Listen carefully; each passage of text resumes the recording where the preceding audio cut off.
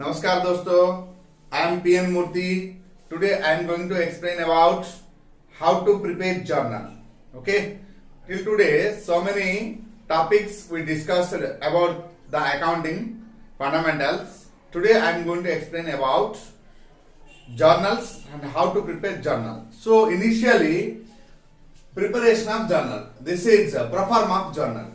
Okay, so in the proforma journal in the books of some person's name in which book we are preparing, and thereafter for what period we are preparing the journal. These things we should discuss today. So for preparation of journal a proforma is required. So this is the proforma. The proforma having 5 columns means this is the tabular proforma. This proforma having 5 columns. The first one is date, second one is particular, third one is ledger folio, and next one is debit amount, and this one is the credit amount. We discussed one day, that is debit amount as well as credit amount. Accounting having double aspects, that means every debit having an equal credit. That's why the total debit amount is always equal to total credits of each and every transaction. The total of debit must be equal to total of credit. Clear? So then, next come to the topic. Here it is a date. On which date the transaction takes place, we must need to show the date here. And thereafter, this is the particular, means actual entry. What amount of entry actually we have to show here. What about which account is debit and which account is credit? The accounts names we have to write. It may be personal account, it may be real account, it may be nominal account. Thereafter, next one is debit amount. The amounts must be right in their respective columns. Means the debit side account having what amount of amount, and the credit side of account what amount of account, etc. And thereafter, this is known as ledger folio. Now ledger folio is not having any more work, but while preparing the ledger accounts, at that time we need to use this column. So while ledger folios are here, we inserted, that means here when we will prepare ledger accounts, it means individual classification of accounts in which page that account is entered, that page number we will write here.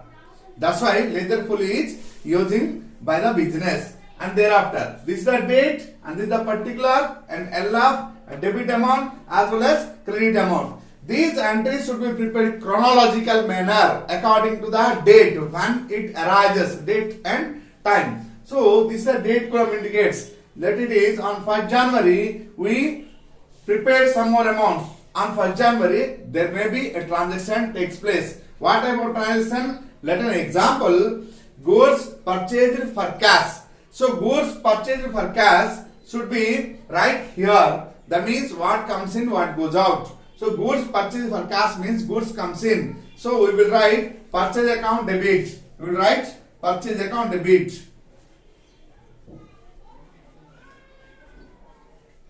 To cash account. Okay. Now let the balance is 4,000. Again here also we will write 4,000.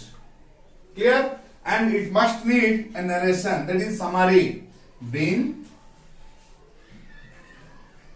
goods purchased for cash.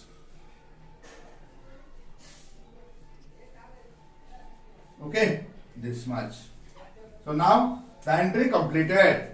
So you check once the total debit and total credit are equal. The total debit and total credit are equal. So by this way we have to prepare journals. So what are the process? How I analyze purchase account is debit and cash account is credit. How I analyze purchase account is debit and cash account is credit. So it is depending upon the nature of account.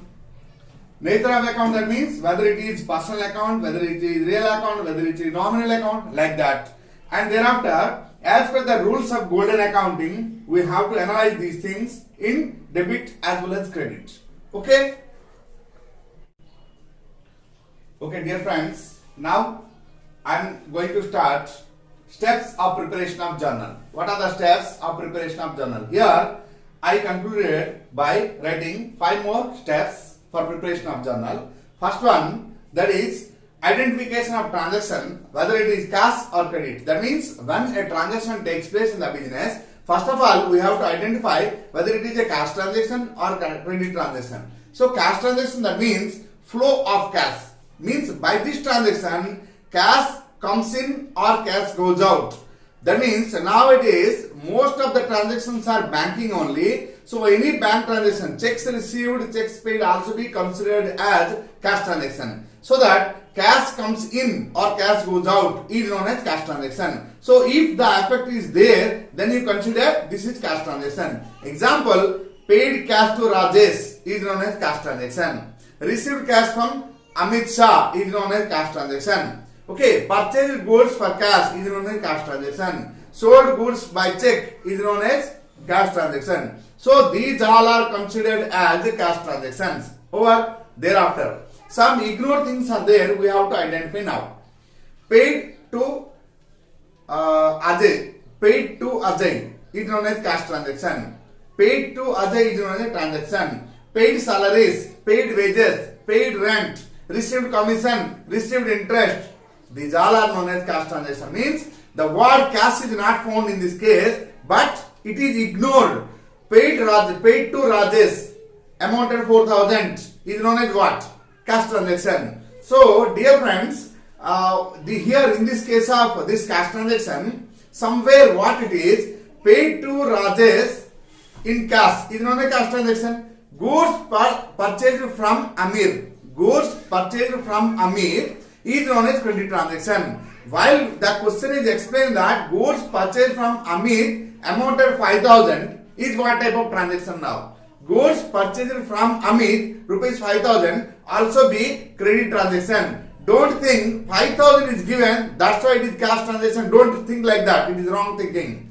This 5,000 is the value of the transaction. If value is not given, then the transaction has no value. So it is not considered as accounting transaction. It is not considered as a transaction. Means a transaction must have some consideration. So how much value you will write in the transaction if value is not given? This is the value of money. 5,000 rupees goods we purchased from Rajesh or Amir or so anyone on credit. Clear? Example, goods sold to Amir for 5,000 is given in the question. This is purely credit transaction. Okay, because we sold goods to Amir not for cash. Okay, cash is not given in this transaction. Let the question is explaining goods sold to Amir for cash. Then it is known as cash transaction. Here you just give important to cash only, not to Amir now. Clear? So in this case, this is a cash transaction. So first of all, more important thing is there, whether the transaction placed in the business, whether it is cash transaction or credit transaction. Identification of transaction is most important. Thereafter, second step, identification of accounts, whether personal account, real account, nominal account. Okay, second one is whether the transaction takes place in the business is cash transaction or credit transaction. Thereafter, the transaction is whether it is personal account or real account or nominal account. How we can identify? That means sold goods to Shyamlal. Sold goods to Shyamlal, rupees 10,000. Okay, so this is purely a credit transaction. Okay, so that what are the transaction we have to, in this transaction, what are the accounts lies we have to analyze. So how we can analyze? Here sold goods to Shyamlal. Shyamlal is the receiver and goods going out, that means sales. Sales is existed here. Sales existed here. That means what? Don't write goods. You can write goods. It is also correct. No problem. But for accounting formality, we have to write sales as well as purchase. Don't write goods. Clear? It anywhere. So now, what is the transaction? Goods sold to Shyamlal. Goods sold to Shyamlal, rupees 10,000. So here, Shyamlal is the receiver, means personal account, and goods means real account. By this way, we have to identify. This is the transaction. And thereafter, paid rent. Paid rent means what we will pay? Cash paid for rent. This is the question. Cash paid for rent. So rent is the nominal account, cash is the real account. Again we have to identify like this. And thereafter, any purchases of goods for cash made in the business. Purchase of goods for cash made in the business. So purchases means goods, so it is real account. And thereafter cash means cash goes out, that is known as also be real account. So overall two accounts are also be real accounts.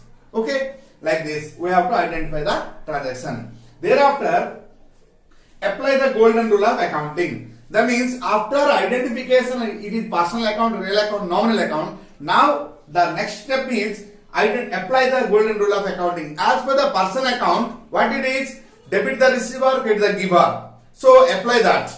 So when sold goods to Amit Shah, so Amit Shah account is debit because he is the receiver. As per the personal account, debit the receiver. So Amit Shah is receiving the goods, so his name is debit. Okay. So what going out? That is real account. As per the real account, debit what comes in, credit what goes out. So goods are goes out. So you can write goods account or you can write sales account. So mostly we will give one uniformity in preparation of journal. That's why whenever we sold goods, then we will write sales account. Whenever you purchase the goods, you should write purchase only. Don't write goods. Clear? Because it will give a clarity while preparing the purchase account and sales account. All the times when you will purchase, only you will write purchase account. When you will sell the goods, you will write sales account only. It is better for preparation of purchase account as well as sales account.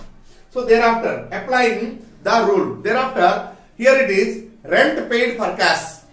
Let an example, rent paid for cash. So rent account is the nominal account. As per nominal account, all expenses are debit. So rent account is debit. And thereafter, cash paid, cash is real account. What goes out, it is credit. So cash account is credit. By this way, we have to apply the golden rule of accounting and find out which one is debit, which one is credit. Thereafter, identify which account is debit and which account is credit. Over. Now, write the journal. What you will write?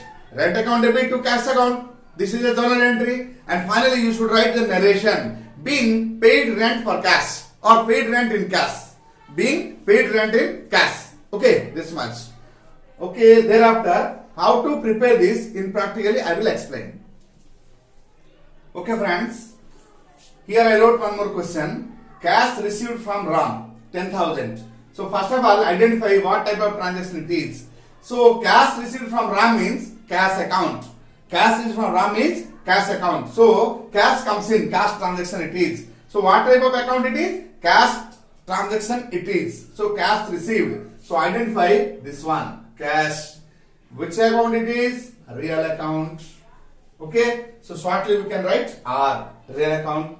And thereafter, again identify cash comes in or goes out. As per the real account, what comes in it is debit, what goes out it is credit. So identify cash comes in or goes out. So comes in. Clear? Again, cash comes in. So comes in means what? Whether it is debit or credit, shortly you can write debit, DR. And thereafter, next element is, every transaction there must be two elements. Next element is RAM. RAM is personal account. Okay, personal account, shortly you can write P. Okay, so comes as per the personal account, debit the receiver, credit the giver. So cash received from Ram means the giver. So giver means G equal to what? Credit. So now join this. RAM account credit as well as cash account debit. Okay, now make an entry. What it is? Cash account debit. Debit to Ram's account. Amount at 10,000 in your journal. Clear? By this way we have to prepare the journal. Thereafter, another thing. Let an example paid salaries.